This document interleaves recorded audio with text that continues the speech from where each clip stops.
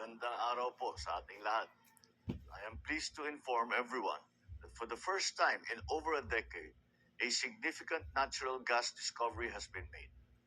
The discovered reservoir, called Malampaya East 1 or MAE-1, is located about 5 kilometers east of the existing Malampaya field.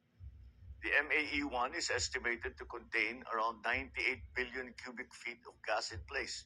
Katumbas nito ang halos 14 na bilyong kilowatt-hour ng kuryente sa isang taon. Ibig sabihin, makakapag-supply ito ng kuryente sa mahigit 5.7 milyon na milyong kabahayan, 9,500 na gusali o halos 200,000 paaralan sa loob ng isang taon. This helps Malampaya's contribution and strengthens our domestic gas supply for many years to come. Initial testing showed that the well flowed at 60 million cubic feet per day. This indicates that the well has the potential to produce even more, confirming it is a high productivity resource comparable to the original Malampaya wells. Aside from the natural gas, the discovery also includes condensate, which is a high-value liquid fuel. This additional resource can help support the government's efforts for the stabilization of our power supply. Pinagmamalaki rin natin na Pilipino ang nanguna sa drilling na ito.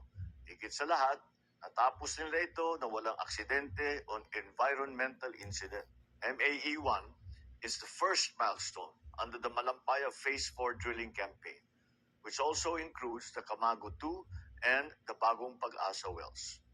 The next steps are the completion and testing of the Camago 3, followed by the drilling of the Pag-asa exploration well to pursue more potential gas resources. This achievement was made possible through the work of the SC38 Consortium led by Prime Energy in partnership with UC38, PNOC Exploration Corporation, and Prime Oil and Gas Incorporated. Patunay ito na sa responsableng pangangalaga sa kaligsasan at matibay na pagtutulungan ng gobyerno at pribadong sektor, makakamit natin ang mas maaasahang supply ng enerhiya para sa bawat Pilipino.